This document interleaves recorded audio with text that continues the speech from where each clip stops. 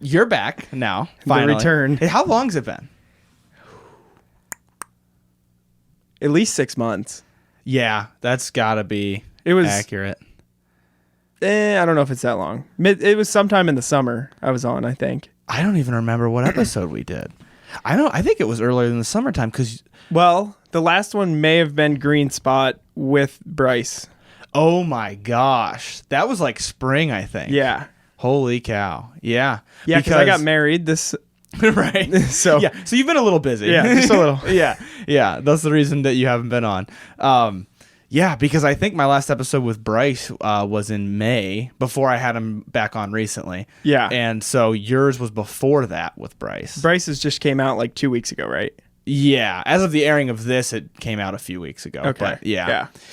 So for those listening who don't know your voice, you are Zach, and you've been on a few times. Yeah, you might have new listeners since I've been on. I genuinely could. And I was on one of the first 10 episodes. Right? Yeah. So. Yeah. What was your episode? It was using flavor wheels. Your first episode, I mean. It was using flavor notes lists.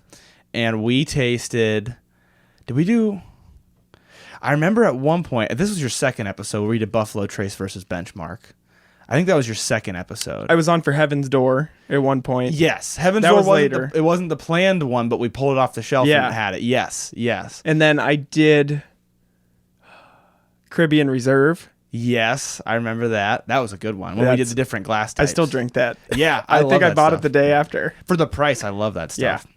Yeah. So for those of you who don't know, Zach's been on a few times. You actually, unlike Bryce, you do drink whiskey for pleasure sometimes. I would say less often than me, Bryce. but more than Bryce. It's a pretty low bar. Not hard to beat. Yeah. But last we spoke, your preference was like a smoky scotch, like a peated scotch. Is that still the case? Oh, yeah. Okay, perfect. That's not what we're drinking today. So sorry. But we do have a blind tasting that I think we're going to learn something really fun from. I can't believe it's taken me this long to do a blind tasting like this. So I'm really excited to run through it. So about half or a little more than half of this episode is going to be blind tasting and talking about it. Mm-hmm. And then after I reveal it, I want to talk about what we learned from it. Because those listening know what we're drinking and they know why we're going to learn something from this. Okay. But it's going to be an interesting comparison. So they know what the two are. They don't know which ones, but they know what the two are? Yes, they don't know which ones yet, but I am going to cut in. For those who want to know, I'm going to cut in the reveal of which one's which. And if you don't want to know that, then just hit the 15-second skip button right now. Okay, so I will have just cut that in. And then everybody knows what we're drinking except us now. And then we can make our predictions and sound stupid. So here's a fun one. I just did a fully blind tasting episode a couple weeks ago where I gave Maggie like a dozen bourbons and I said, pick one of these and pour it for me. And then I had her put it under one of the boxes in here. I set like a box over top of it. And I was like... confident. I was like, this is like a budget bourbon. I think maybe it's Wild Turkey 101. It was like a $60 bourbon. I was like, sometimes I'm right, sometimes Bourbon's I'm so not. hard though. Yeah. Blind. Yeah. Well, in general, it's really hard, and especially it's hard to be objective. Because that was one that I don't like, and I wasn't surprised that I got it wrong. Because I was like, oh, I just don't like this very much. Yeah. But these are actually priced exactly the same, if I'm not mistaken. One of the things I'd like to learn, because they are priced the same, so it's a fair comparison. So let's go ahead and dive in. I'm gonna start with green here. And so everybody knows what green means and what orange means except for us now. Unless you're colorblind. Well, they'll hear it, though. They'll hear us say it. So remember your lefts and rights. Yeah. Yeah, well, that's why I added the colors, because I feel like it's a little easier than when we used to say, the one on the left, the one on the right. It's, like, hard to follow. So it's kind of like Four Roses on the nose. I can see that. It's got, like, brown sugar and spice, which Four Roses tends to have. Maybe, well, I don't want to say anything yet because this is just an early nosing. But yeah, let's go ahead and take a sip. I'll let you lead on most of the tasting because it's not Four Roses in the mouth. Because this is a single blind for me and a double blind for you, I really want to let you say what you're tasting. The fruity finish. There's to me, I'm probably way off.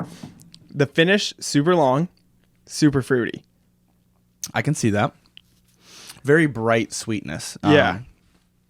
Not super dusty or like mildewy. Like sometimes there's like a mildew flavor in a good way. Not a lot of that. More on the bright side of things. Definitely on the bright side. Mm-hmm. Definitely pretty smooth. Can't be a cheap whiskey. I wouldn't call it budget bourbon. All right. That's fine. It's so one of these, I should clarify, one of these I have had very recently, and the other one I haven't had for like a couple months. So I'd like to be able to guess which is which. I think maybe after we taste the next one I will. But so far that's why I'm like sitting over here thinking, because I'm a little bit stumped. But so first reaction to it, what are we thinking? Semi-complex. Okay. Where it transitions. Yeah. Pretty standard, like bourbon initially. Tastes bourbony. Yeah, but super sweet and very fruity transition for the finish. Okay. And pretty long. I still get it a little bit even after cleansing my palate. Okay, good point. No, yeah, that's fair. So yeah, go ahead and make sure you had a good swish of water. Let's start nosing orange. So that was green that we were just talking about. Now we'll start with orange. Weaker. Okay. Definitely weaker on the nose. Harder to pull anything. Okay. I'm going to do a little side by side. Oh, wow. That's pretty different. Yeah.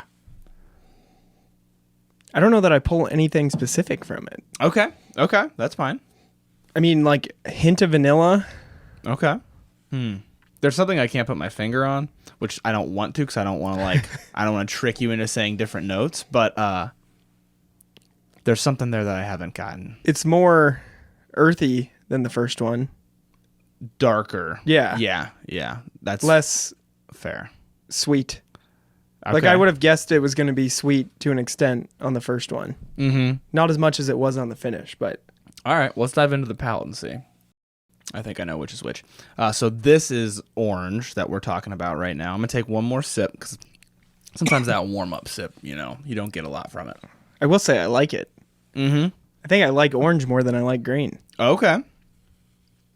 But I didn't expect it because the nose wasn't great. Right, because it was a little bit more mellow on the nose, for sure. For sure it is. Little tiny hint of smokiness. Mm-hmm. The finish is not as sweet, but it's sweeter up front than green. Yep. I agree with you there. Nothing super specific though, like specific flavors. Yeah. Okay. Yeah, I will add on to that now that you've given your first impression. So I'm getting a little bit more of, you said I think deeper flavors and a little bit more smoky.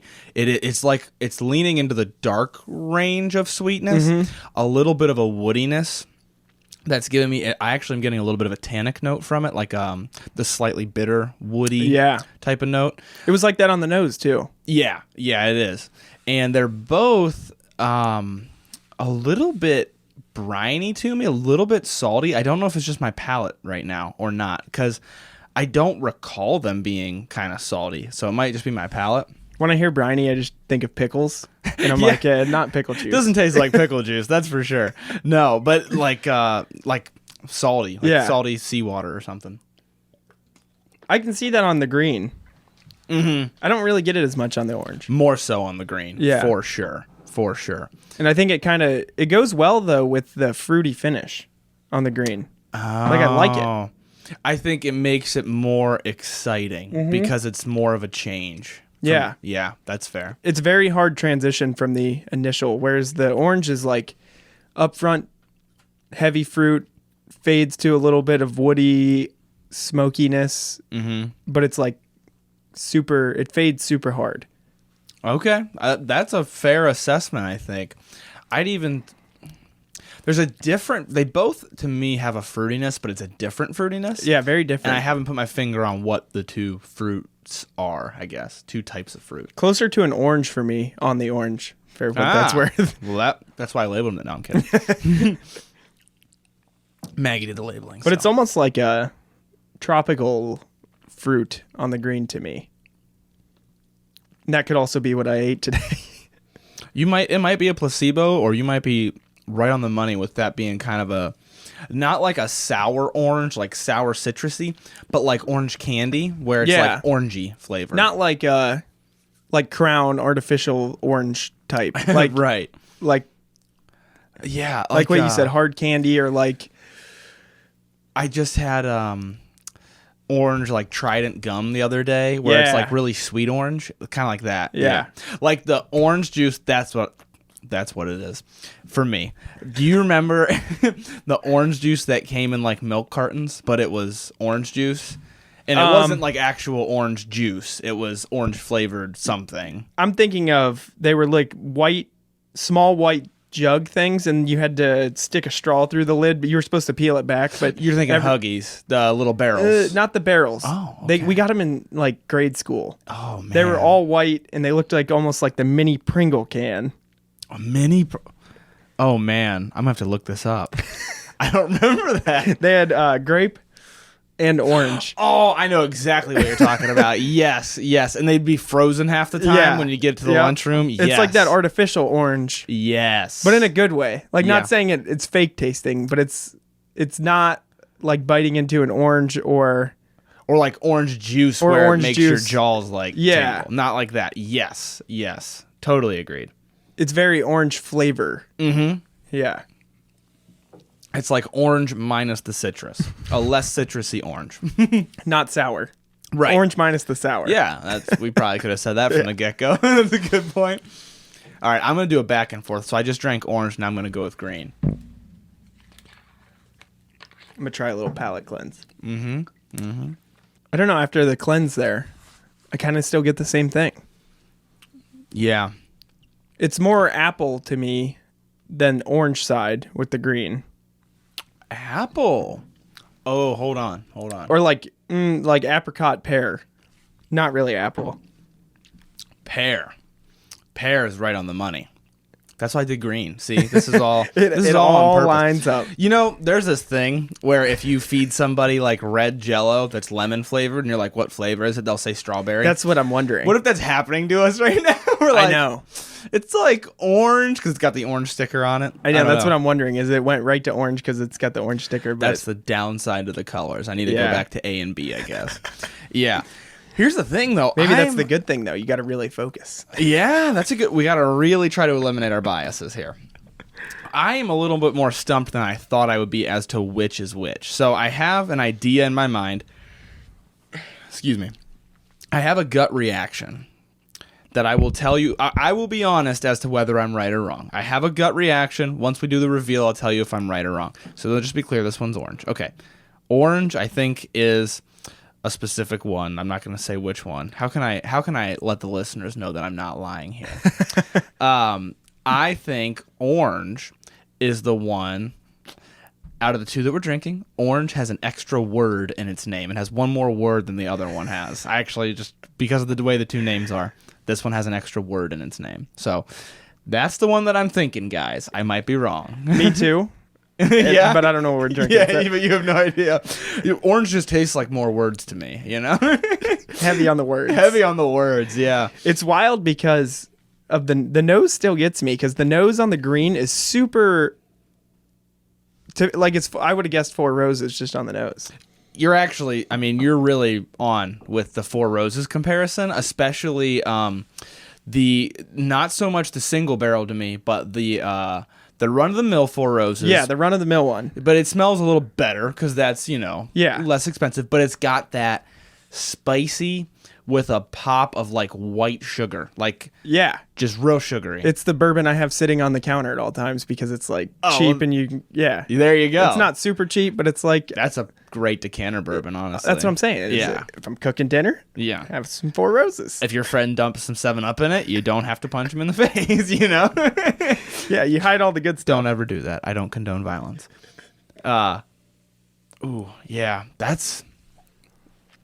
These are so much more different. Oh, the nose is wild. They're so different. Okay, I'm really behind my initial guess now. I really think that that's the case. So, orange, I think we need to nail down more because green, that's a great description. So it's got a 4 roses-y nose. It's got some spice. It's got some white sugar, almost what I'd call like a cotton candy-esque taste, where it's sugary. Yeah. With cinnamons and spices and a little bit of herb. On the palate, it's got some of that pear that you mentioned, a little salty in the beginning. These both have a little bit of a saltiness to them, but briny. It's briny. And and it finishes out with that pear. That's enough of a description for now. And the pear's long. Yeah, that's a good point. Like, hard to get rid of from your palate long. Mm-hmm. In a good way. Not like it's a bad aftertaste, like some cheaper stuff that has like the fake fruit. Yeah, I feel like we can conclusively say the green is bold. Hangs around on your palate. You don't have to try to smell the notes. It's all right there. I mean, it's a bold drink. But now I really want to dig into orange, so I'm going to rinse off my palate. Let's dig in a little bit deeper. I have an opinion, but I want to hear yours first. But I think I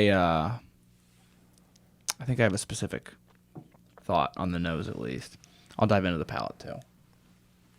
I think I get some mild nut once you get past the fruit, because the fruit hits you right away with the orange. Mm-hmm. Like our non-fruit, non-orange juice orange hits you right away, starts to fades into a little bit of an oaky, woody taste, but there's some kind of nut in there. Yeah. No, I think you're and it's spot not like on. a candied nut. Yeah. Like what did Bryce try and say for pralines? Purlanes? A purlane. Yes. It ain't no purlane. No purlane. Oh my gosh, that actually cracked me up so I bad. rewinded it 15 seconds or whatever Spotify does. 25 times because I was laughing at that. I was just proud of myself for knowing what he was talking about. I I don't know how you did, because when I first heard it, I was like, oh, I mean, he's a funny farmer, so maybe he came. right. He just came up with this thing. I don't know. It's something he grows out back. Yeah.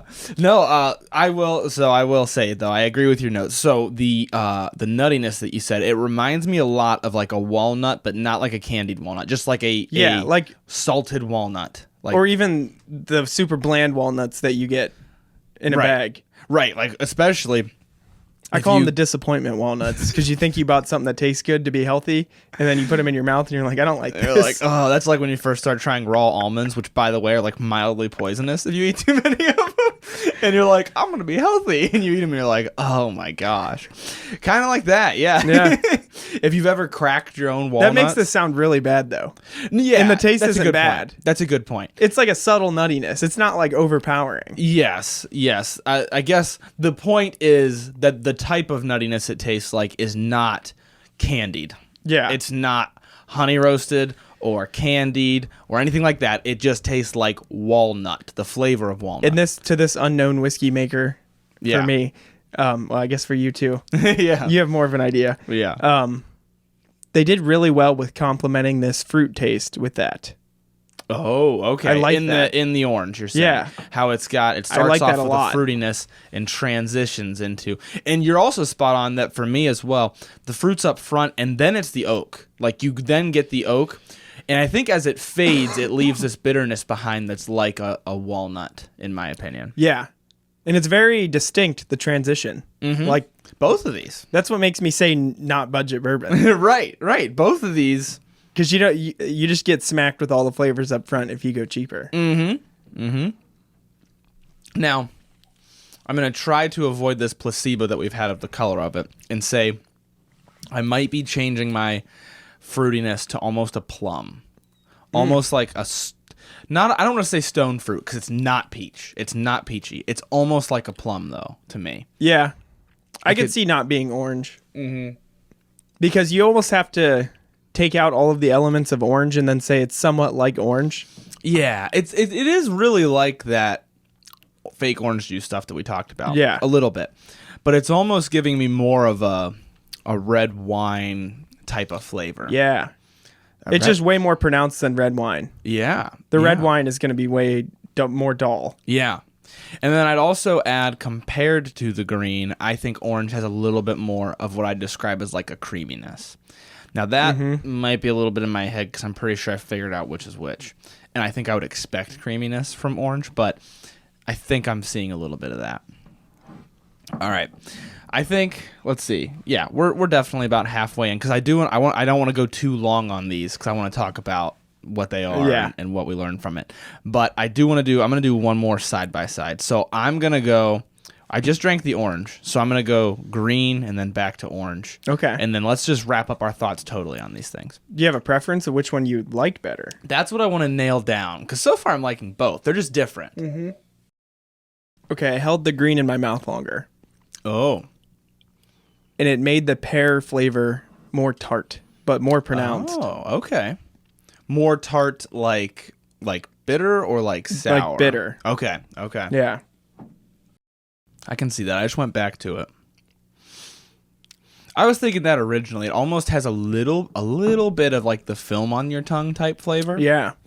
And I almost think with orange you get it, but it's more so in the middle, which I kind of like. You're almost distracted away from it. Mm-hmm. It's kind of like you get this bitterness when that oak comes in. Remember I said in the beginning like tannic? It's like when that oak comes in, you get this bitter tannin, but then when that changes to kind of a nuttiness, like we said, it's walnuts, so it's like a bitter nut, but it almost distracts you from it a little bit. Yeah. Whereas green kind of just hits you. Yeah. But by no means are either of these bad. Oh, no, they're both, I would drink both of them. Yeah, and weirdly, they kind of pair nicely because they're so different. Whenever Bryce was on, we had Brothers Bond and we had TX, and the TX would just plow over the Brothers Bond. Like, you couldn't even taste it, really. Yeah. And so, like, we had to rinse our mouths out really well. You got the bananas, though. Yeah, the banana. That's what the whole episode was about, man. And hey, they both were banana-y in a weird, different way. The amount of people, not to distract from the episode here, but the amount of people that tagged Ian Somerhalder and Paul Wesley in your comments, I was like, please put Chris on your story. Yeah. Oh, I'm like, please don't think I hate you. I've heard I need to try their cask strength, and I still will eventually. Is that harder to get? I've never seen it in stores. I've only seen it online. Yeah, I don't think I've seen it in Ohio. And I'm not paying $250 for yeah, I have no idea how much. That's another celebrity very good whiskey. Point. Yeah, you know how that celebrity stuff goes a lot of the time. So I love the flavor of Brothers Bond. I don't want to get off on too much of a tangent. I love the flavor of it. I just wish it gave me more of it. It just doesn't give me enough of that flavor. Yeah, that's what I've always thought about Brothers Bond. But you have that upcharge for celebrity whiskey, so it's like yeah, exactly. And I just realized that you were on for the first Brothers and Brother. Wait, were you on for that episode? No. I was on the episode when you got it. Yes. And we tried it after. Yes. I believe. Yeah. Yes, that's exactly. Yeah, that makes more sense. Okay. Yeah. So, if you had to pick one, which one are you picking?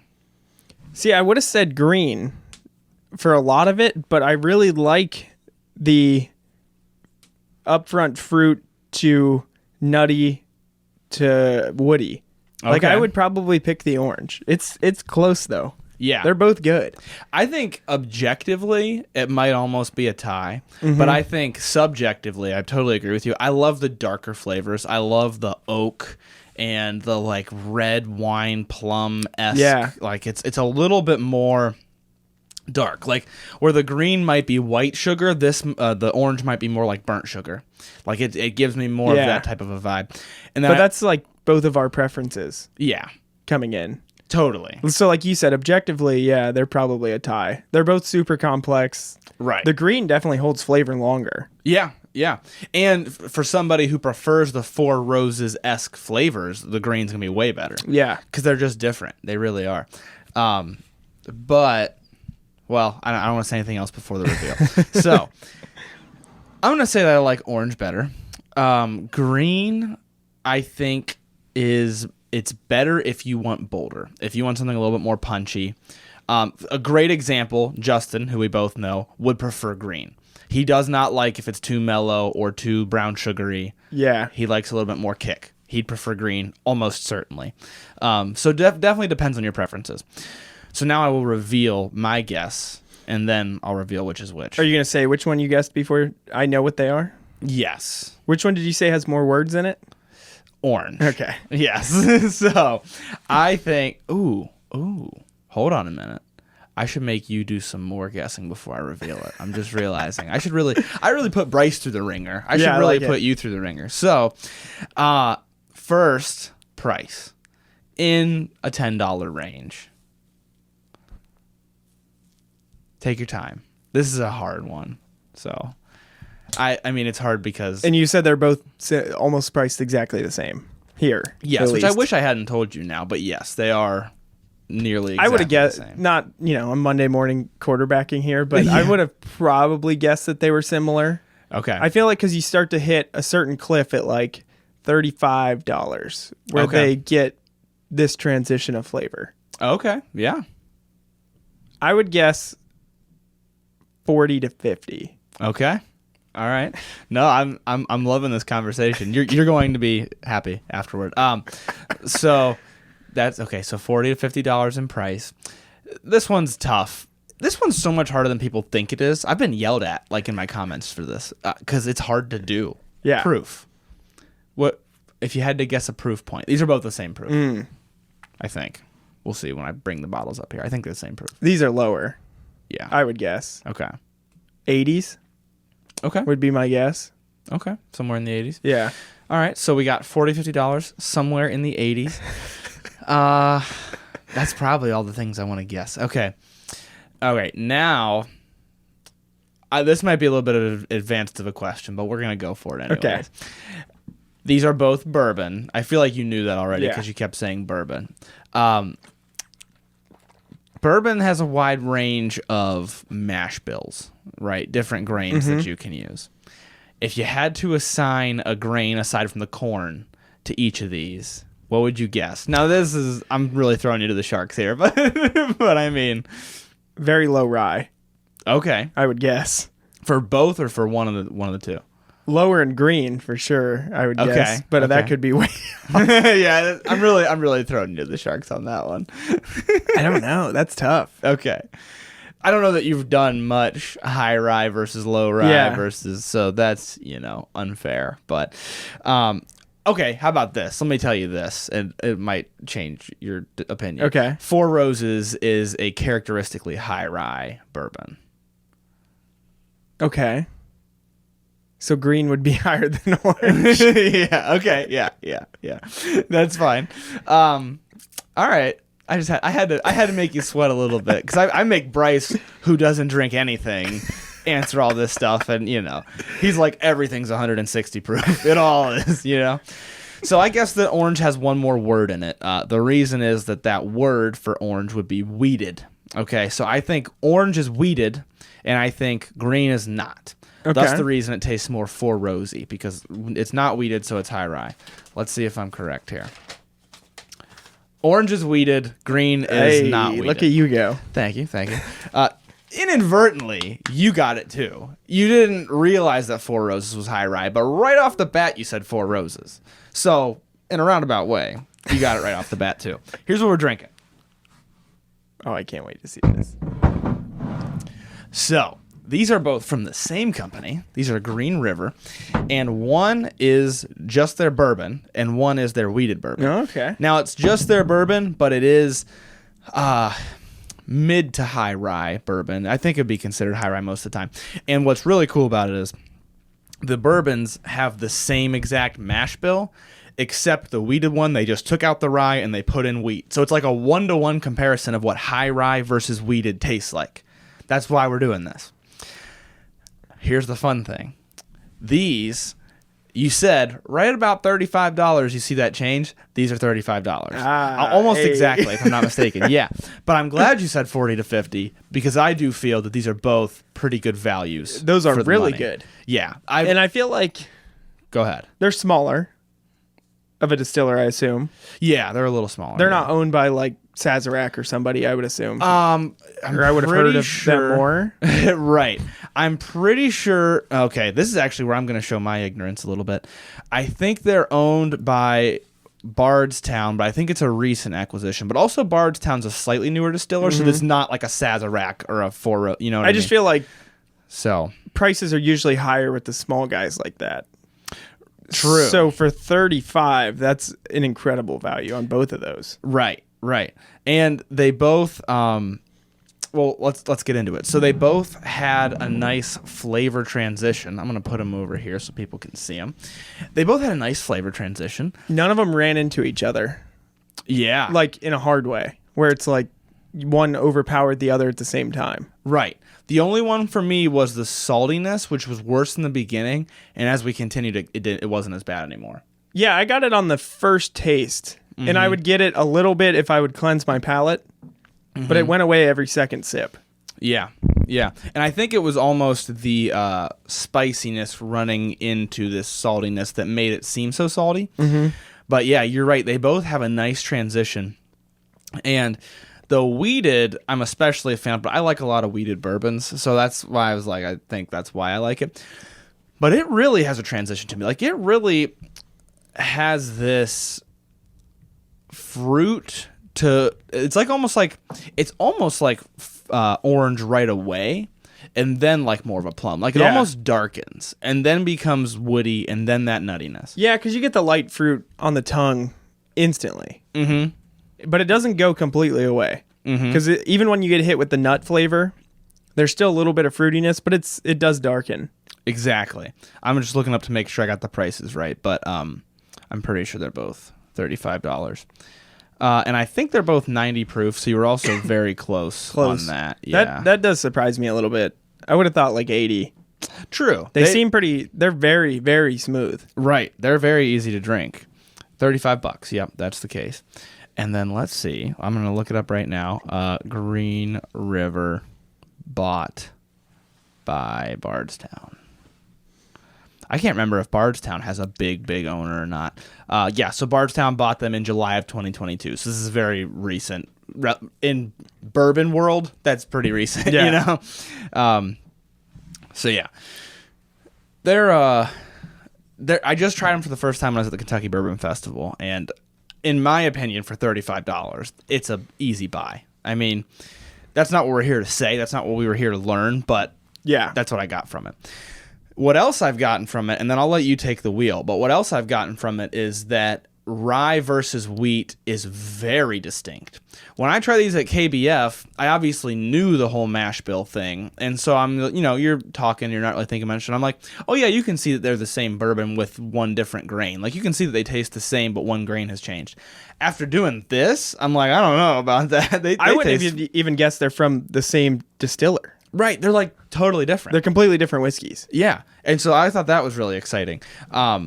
And I also thought it was exciting that right away you said this one smelled like Four Roses. The rye. It's very similar. There's a little less vanilla, but it's very similar to Four Roses on the nose. That's a fair statement as well. I forgot how vanilla-y Four Roses is. And ironically, I specifically remember when I did the Four Roses review, we talked about pear.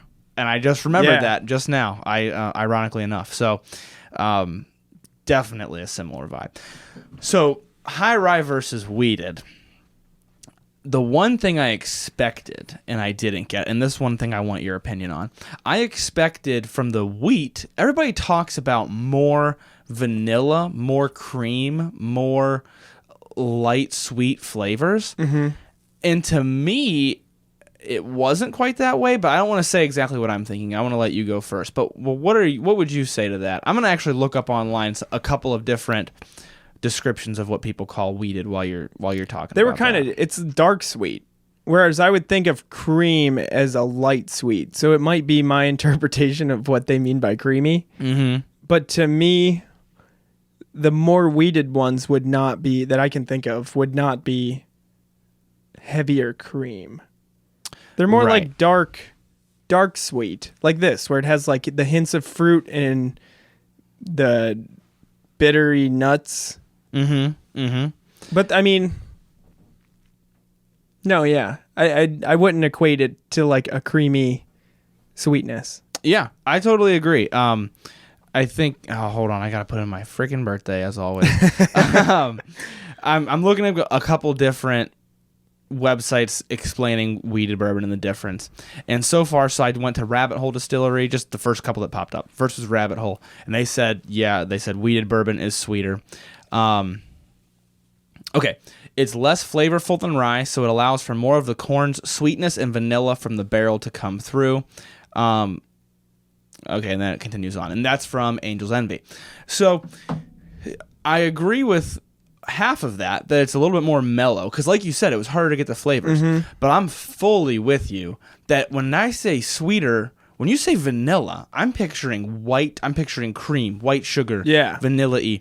This is like burnt sugar. This is like brown sugar, molasses. It's sweeter, but not in the vanilla way. Yeah. In my opinion. Yeah. And it's almost just sweeter by the fact that it's not as spicy. It is almost the way I'd put it. It's kind of like, sure, it's sweeter, but it's sweeter because rye is spicier. It's more of your black pepper and your cinnamon and those sorts of notes. But most ryes don't have the long fruit finish like that, do they? It depends. But I would say... That's probably a loaded question. It is a loaded question. But I would say high rye bourbons... yeah, that's a loaded question. Because it really depends. On which one, yeah. Yeah, it really depends. But that's so long. Yeah. Like, I cannot get over how long that fruit finish is on that. It's a nice long finish, and that's... And that's the only flavor I get on the finish. Really? Yeah. Yeah. I think, heavily. Yeah, I'd have to try it again and honestly say. But I think... rye sticks around on your palate a lot more. It's a lot more bold of a flavor. And so I think that's why like the wheat you mentioned earlier goes away a little quicker. Yeah, it definitely sticks around as like a fruit. Yeah. Wow. Yeah. I think I'm going to buy this though. I like this. Are you? Yeah. This is good. Dude, I love both of these. I would recommend that anybody buy both of these, especially buy one of them. If you know you like wheat, buy the wheat. If you know you like rye, buy the rye. I don't have a lot of rye either. Yeah, aside from your Four Roses that you mentioned, but I know that you have a lot of scotches, so I think this would be like anything above 35 and up, I don't really have a lot of rye. Yeah, that's true. Yeah, Four Roses is like, well, it used to be at least like $22, so it's real. I think it's 25 now. Is it? Do they raise? They raised a lot of them last year. Yeah. The nutty taste reminds me of one of your and my favorites, Weller Full Proof. Oh, yeah. It has kind of that nuttiness with the oak, although Weller also has like what I would call a tobacco note that this doesn't have. Yeah. Weller definitely is tobacco noted. Yes. And it doesn't have... Weller doesn't, to me, have the fruitiness of it. Now, obviously, there are other things making Weller Full Proof so expensive. Incredible. Yeah, I love it. But yeah.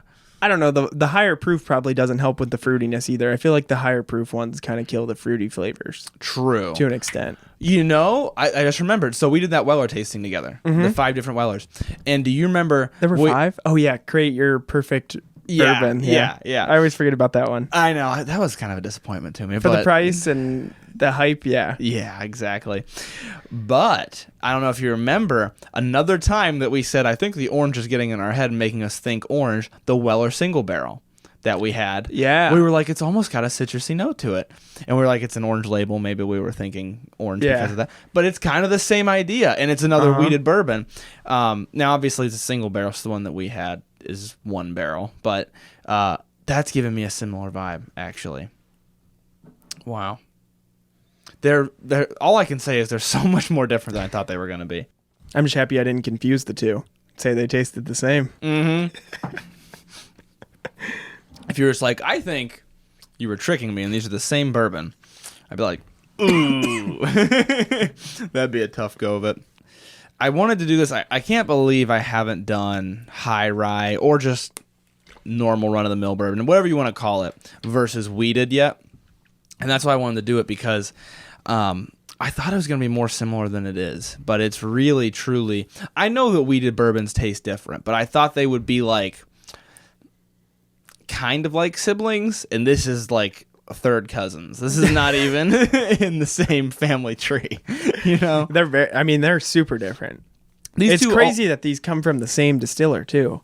Yeah, and I love that they do that. So that's something I want to put out there about Green River too. I love that they do that. So this is one of the things I learned when I was talking to them at Kentucky Bourbon Festival, is like they specifically were like, this mash bill, whether it was on purpose or not, they now are specifically like, the bourbon is I can look it up. It's something corn. I can't do the math in my head right now. But then it's like 20 or 21% rye.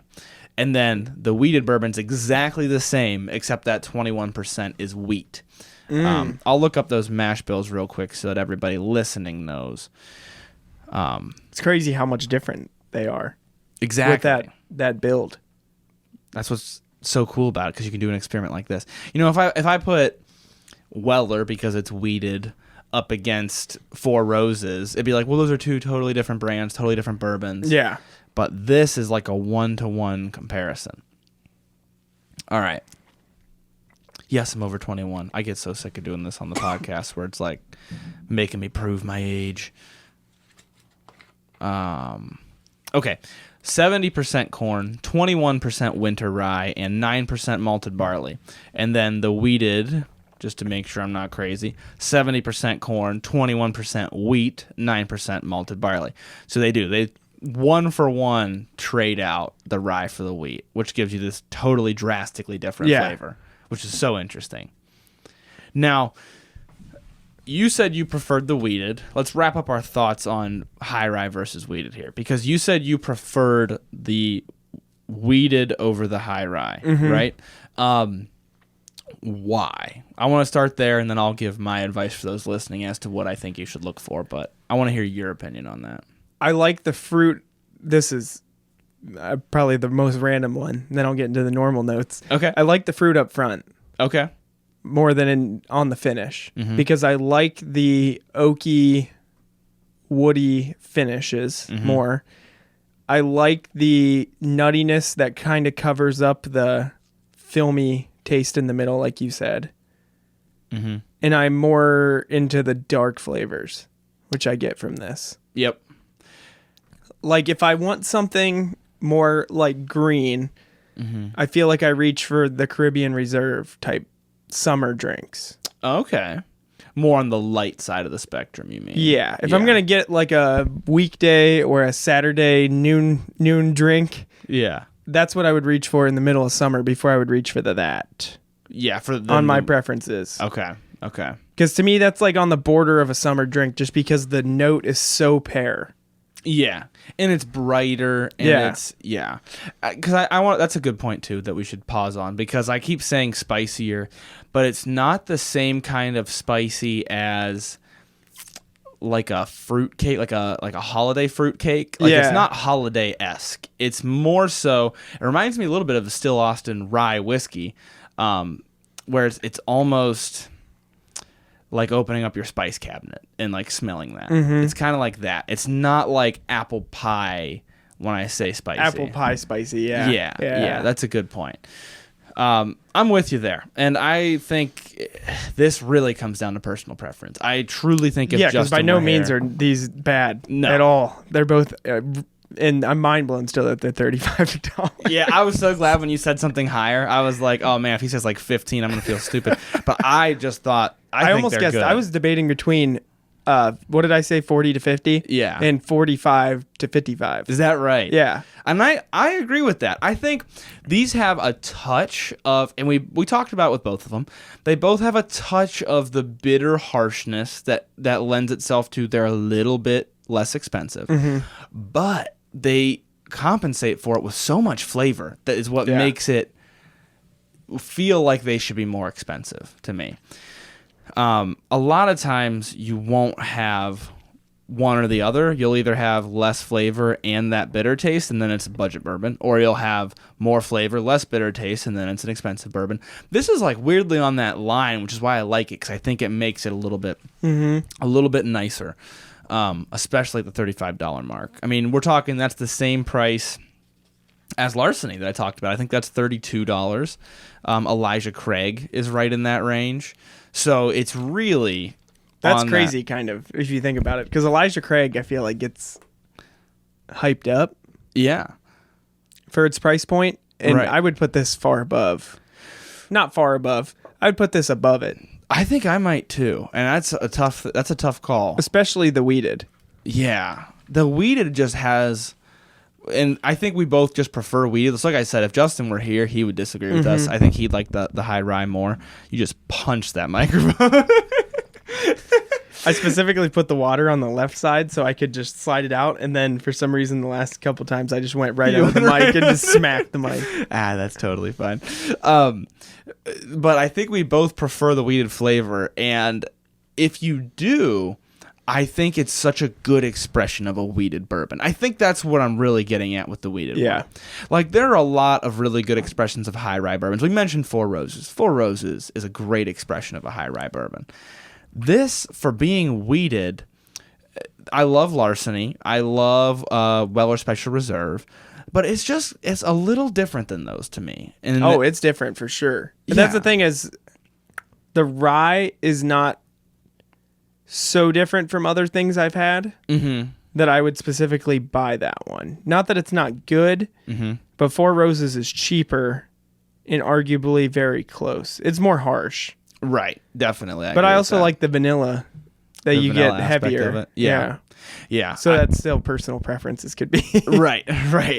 I think it is a personal preference because I think if you want something that has more of the spice cabinet and less of the vanilla and the fruit, you're going to prefer this. But I'm with you on the preferences. Although I would pick this over Four Roses personally, but I think the wheated I still like. It's just something different. It's still more complex than a Four Roses price point. True. Whereas the Four Roses, like I said, it's in that price point where it all smacks you at the same time. Yeah.